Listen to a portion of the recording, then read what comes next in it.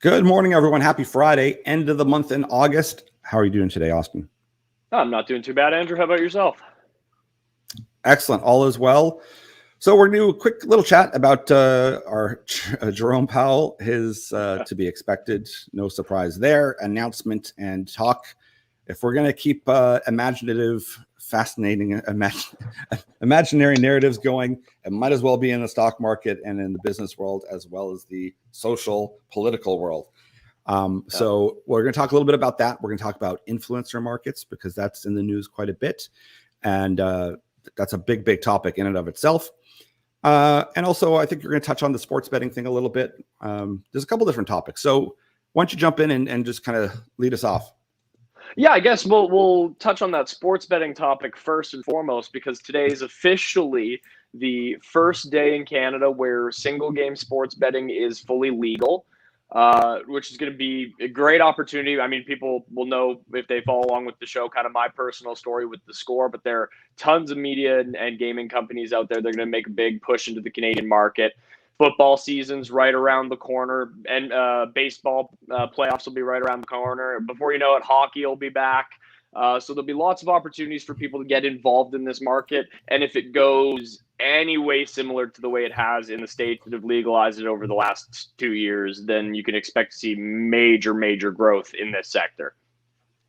Yeah, and I'm all for it. Like, why not? I'm not a bettor myself, but I mean, and I'm also sensitive that there are, a portion of the population that are addicted to gambling. But I mean, there's a portion addicted to all sorts of things. If you can do it, have some fun with it, do it within your means. For most people, it's not going to be an issue. And to me, it isn't like in the movies where it's like this big conspiracy with casinos and money laundering, all that. You don't need to go to casinos nowadays to do all the corruption. We have it everywhere else around us right now. So we don't have to worry about that. You just need a fixed bookie and you're away you go. So as far as that, I mean, I welcome it. I think it's fine. It's good. People, and not that I encourage people to bet. Some are better than others. I mean, some are statistically, it's a losing proposition. But I mean, if you're sport betting, that's a little bit different. And it forces people that are actually looking at it technically and also like as a path to move forward. You have to be very strong with stats. So those types of people are more prone to look at like stock markets, say data that comes out from public health, and easy to spot the obvious situations whenever looking at risk. And we've talked about that this week. Not very difficult stuff here. But most people are very unaware or just don't have an interest. And it's interesting because this leads into the influencer market as well, as we see this shift because people don't trust any of the news sites. And I'm not picking on one or the other because they all have a point they're trying to push and they're all selling you something. So, and it used to be this meme that they're just trying to make money and they're just selling sensational stories, which is true. They are to some extent. They need eyes on things because they get paid per click and paid for engagement and all this other stuff and whatever's trending and all these hashtags. It's a self-fulfilling prophecy. If you want to talk about the key woke term of the day and somehow tie that back into, I don't know, jumping jacks and CrossFit, you can.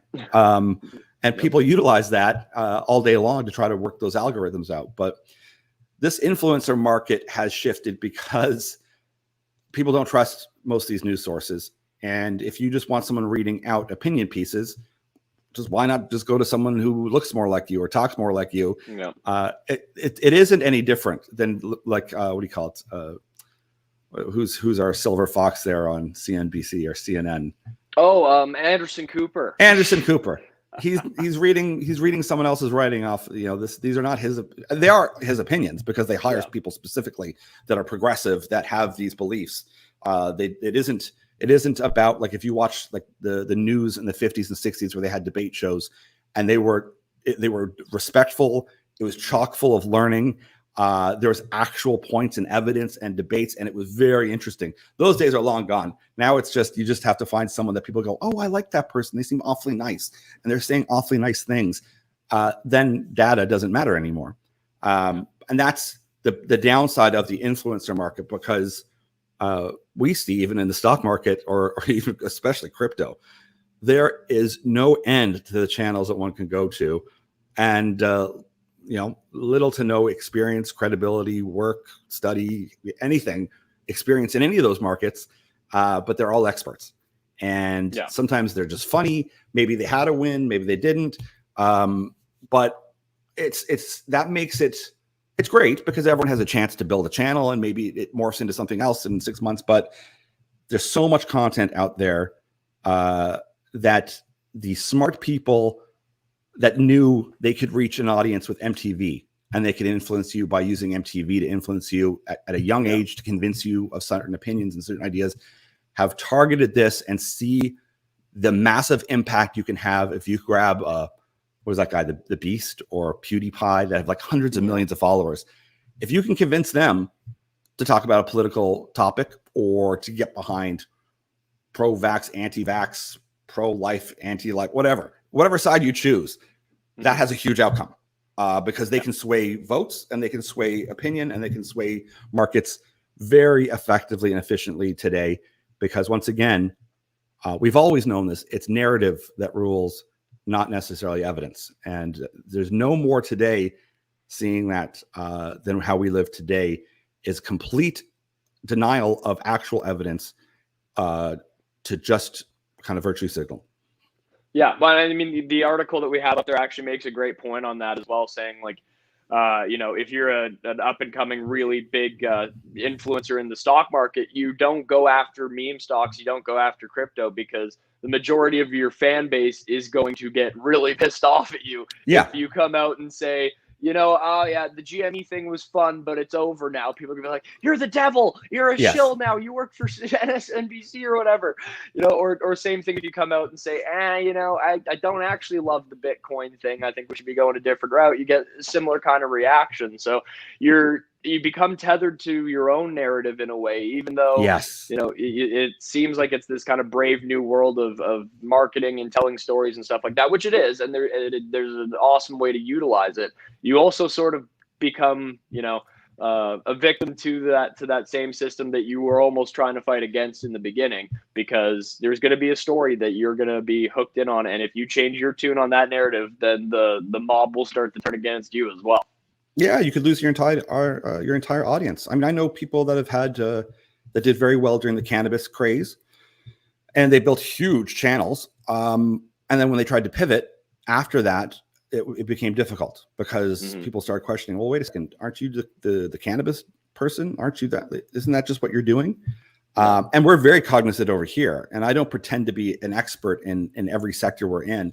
One of the great benefits that we have is the long network of contacts and analysts and people that sometimes, like say for the psychedelic side, we rely totally on a third party that's very well known and respected, and they allow us access to their reports and their analysis. So that's a great way. I'm just an intermediary, and some of these influencers, they're not unlike that. They'll literally just take a press release, sit in front of a camera, and I've seen them, and they'll just read the press release.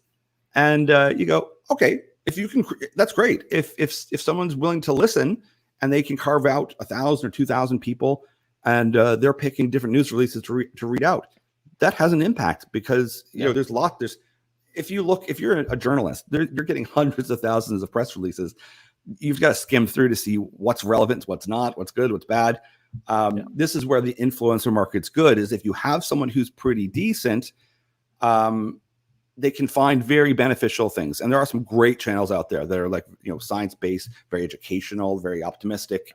What's that one actually on that Matt one? Understanding with Matt, I think it's called. Undecided with Matt. Great one. I mean, I don't know the guy, so it's not like I'm promoting someone else's channel, but it's really great. And he does a lot of research. The channel itself is very interesting, and he looks at all the stuff we talk about, like green and energy, and this, does this work? Solar farms, what's the good and bad?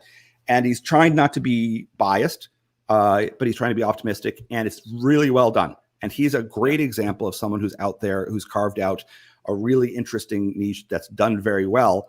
But then for every one of those, there's 10,000 ones that are just kind of very, very strange and silly. Random fluff that makes no sense, or Yes. Yeah. And that no, it comes back to like, what have they done? I mean, and not to be terrible about it, but I mean, if you haven't had an experience and you don't have the background in it, and you don't, you haven't conveyed to people that, you've got a certain amount of time in that market or experience, or worked at somewhere, hey, I worked at the MIT particle physics lab. Well, guess what? I'm listening. Like that Flex Friedman, like, okay, I'm listening. You've got obviously something to tell us about. And that's where influencer markets are great. And they're very less likely to sell out. Like Lex Friedman type, he's not going to have Coca-Cola sitting on his table promoting it, So he's principled, and he's thought about his beliefs, and he's very solid in those, and then is a guy with a massive amount of experience and understanding in his field as well. And but no, you're absolutely right with that.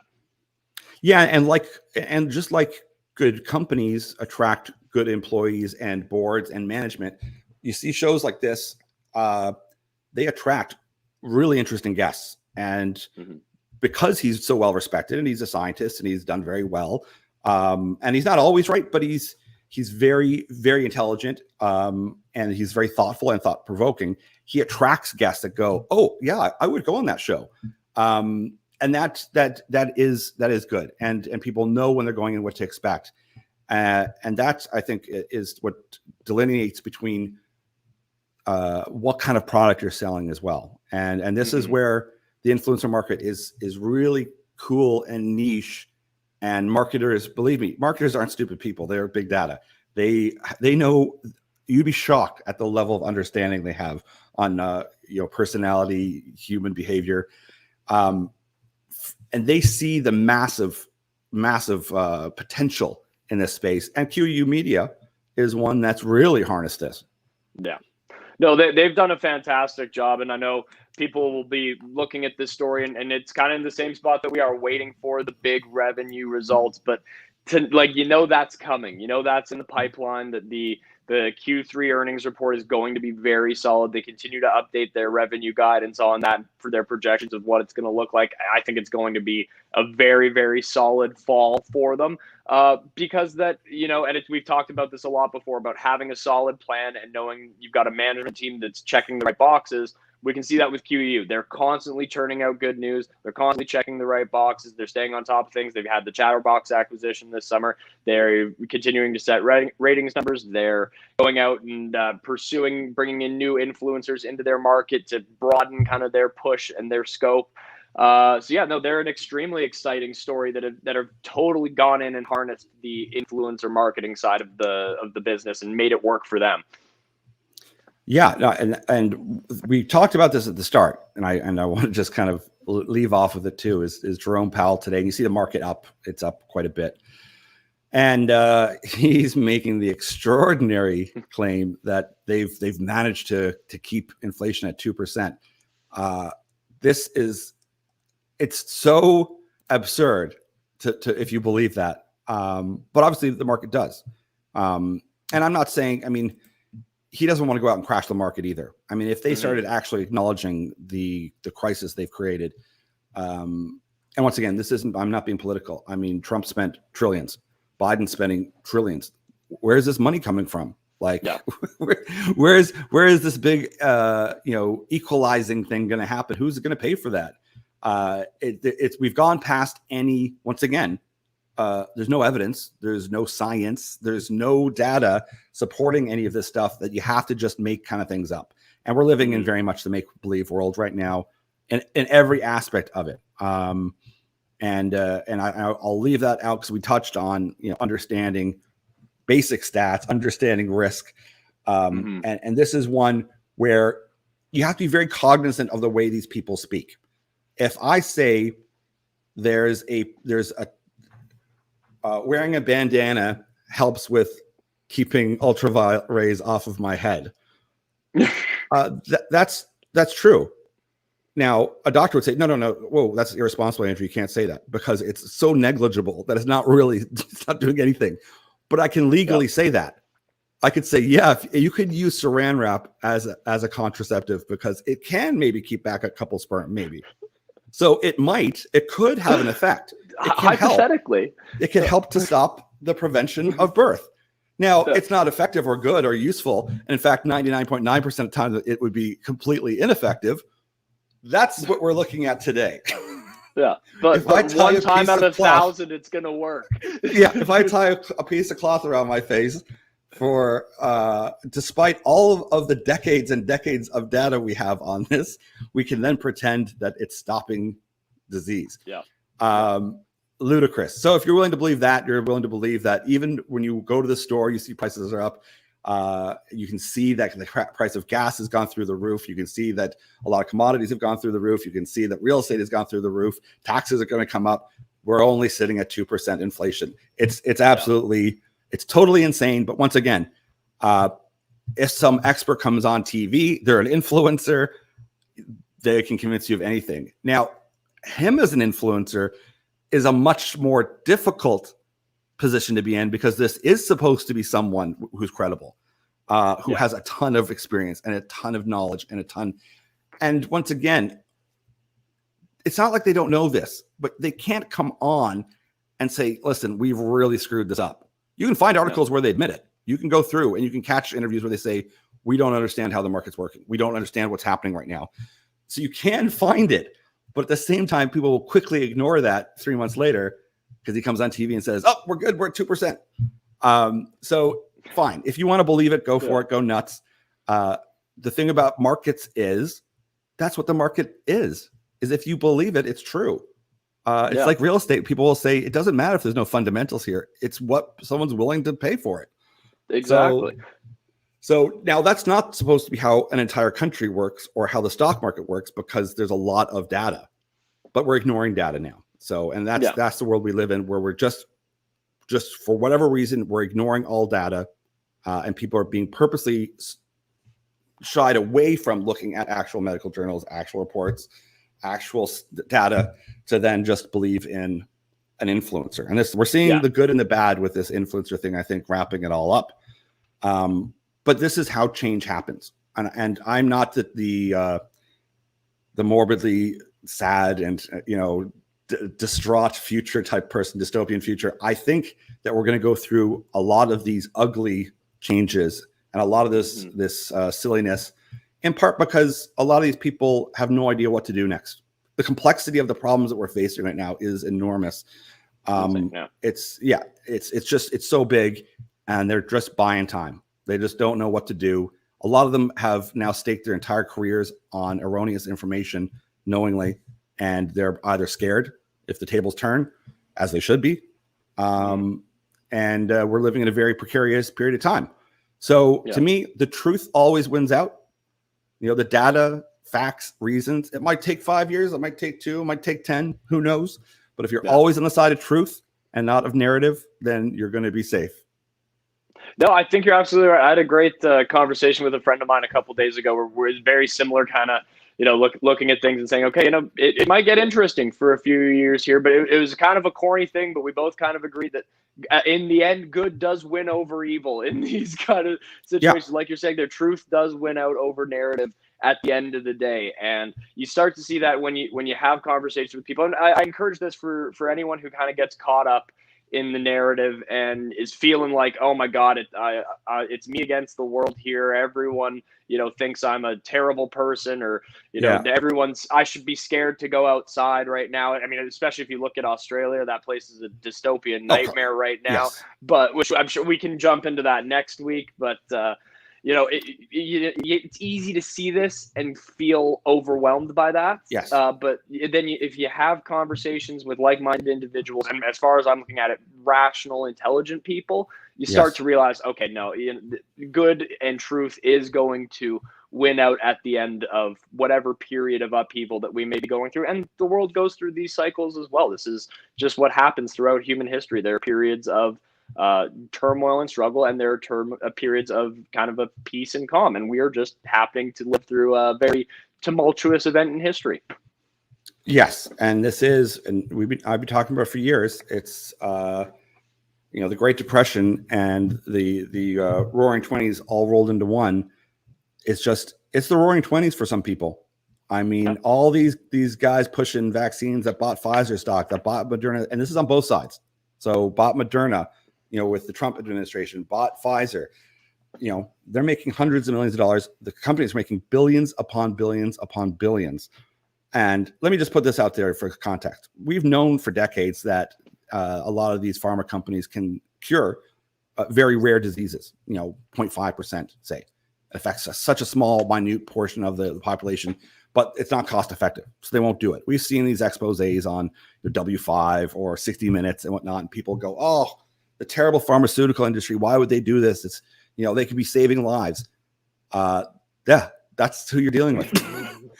But just because now 60 Minutes has turned it around and goes, oh, these are our heroes, our saviors, I assure you they are not.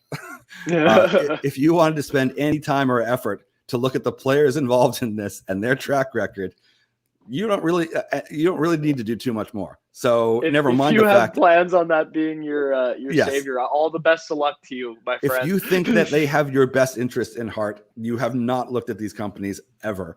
And that they're not all bad. Don't get me wrong. They're not all bad. But let me just say OxyContin. But and FDA proved that. That one might have been bad. that one knowingly pushed out on a population should give you a little bit of something to think about too. So once again, this is all about critical thought and critical thinking, but also being open to where the world is going. And right now, I think that there's larger problems out there, and we're seeing it played out. And once again, if you want to know if it's about public health or public policy, just got to look around the world. Each country has different policies, from the totally bizarre to the total authoritarian to literally police beating old people and tasing them because they don't have a cloth on their face, to countries that are just, no incidents. They're not tracking the flu or the cold and they're fine. So if you want to see how the world is responding, go look at the rest of the world. Stop looking at the CBC. Stop looking at, all the other, CNN, mainstream Fox news, CNN, Fox, all these ones, because they're getting paid to do this as well. And we saw, I'm not going to go too far into the deep end of this, but once again, this is where critical thought is important. And what I really loved, Austin, is that you kind of said, you're not alone. Once you turn off that TV and you start talking to people, and I mean, I live in Vancouver, and you can't get too much further left and progressive than out here. Most people are pretty rational and kind of see, this is kind of BS going on here. This isn't adding up. And once places start making it illegal for you to talk about data and evidence and information, and there's no free speech, you are down the worst slope you can ever imagine. And you just think that it won't happen to you. Oh, but I'm on the right side. No. That's what every communist country and authoritarian country said. So anyways, that's my kind of thing on that. If you don't like reading history, you probably should start picking it up now, because it's happening right in front of your face. Yeah. One last thing before we go, because it's relevant. It's Globex data. It's up huge. It's had quite a run, and I suspect, not being able to tell the future, but it's looking good, and they're getting a lot of pickup and traction in the U.S. We're looking forward to have Alan on here very soon as well, but that stock has just shot up. Lots happening there. Yeah, it's been a fantastic story, and I mean, I'll tie this in a little promotional kind of way for us as well. This is why you want to like our videos, subscribe to the channel, turn the notifications on, because we've been talking about Globex for months. It's up 40% over the last month. From July 27th, it was sitting down at 34 cents a share. It's now up at just under 50 there. I think right now we're sitting at 48. Yep. It's been on a phenomenal run. They've been checking all the boxes that we always talk about, handling things the right way. They're loads of cash in the bank. They've turned out literal millions of dollars towards marketing their secure platform and getting it out, and really ramping up their U.S. push and their U.S. base behind it. And it ties in super relevant to everything we were talking about: data protection, individuality. It really, like, if you care about your own freedom, in a sense, that Yeah. it's a very important way to kind of invest in your own freedom is by using secure and their platform and keeping yourself and your data protected from big tech and other governments and maybe even your own government. Yes, and they've aligned themselves with great influencers as well in the U.S. So you can see that at play. And once again, it's right in track with that World Economic Forum, where they're talking that security is one of the key issues you got to face. I believe them. So this is not their solution, but this is the best solution. So anyways, happy Friday, everyone. Thanks so much, Austin. I hope you have a great weekend. September's coming, and I think we know there's it's going to be intense. This fall, there's lots happening. Yeah, it's going to be a really an exciting and interesting next couple of months, both in the sectors that we look at around the stock market in general and politically. We've got a lot going on that I know you and I are going to talk about. I'm sure we'll do a election special. Maybe I'll dress up as Aaron O'Toole and you can dress up as Justin himself, and we'll do an election special. No, I'm not going to do blackface. That would not be good. Oh, good. I'm glad. You know what? I'm glad that we have the principles to be above that. That makes me happy. Yeah. Only Justin can get away with doing that. But in any event, enough. We'll leave it at that. All right. Have a great weekend, everyone. Remember, hey, stay positive. You're not alone out there. Most of the narrative you see on TV is not how the average person out there. Most people out there, they're pretty middle of the road, especially in Canada. We're pretty much a centrist kind of place. Let people do what they want to do, have freedom. Yeah. So everyone come together, ignore a lot of this division stuff. And, let's focus more on all the things that we like so much about each other, rather than this absurd nonsense, and don't let people polarize you. Anyways, have a great weekend. Couldn't have said it any better than that. Take care, guys. We'll see you all on Monday.